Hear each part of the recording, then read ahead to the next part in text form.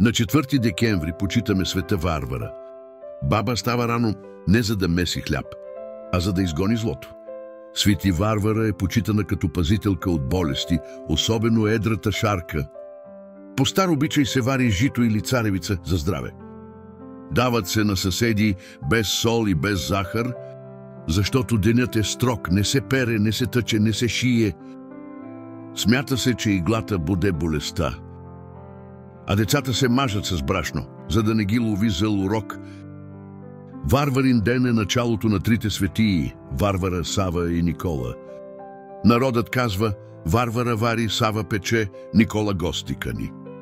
Това са дните на зимната защита срещу зли сили, болести и неволии. Има магия в тази тройца, в обредите, в тишината на декемврийската утрин. А ти вярваш ли, че понякога старите ритуали пазят по-силно от лекарства?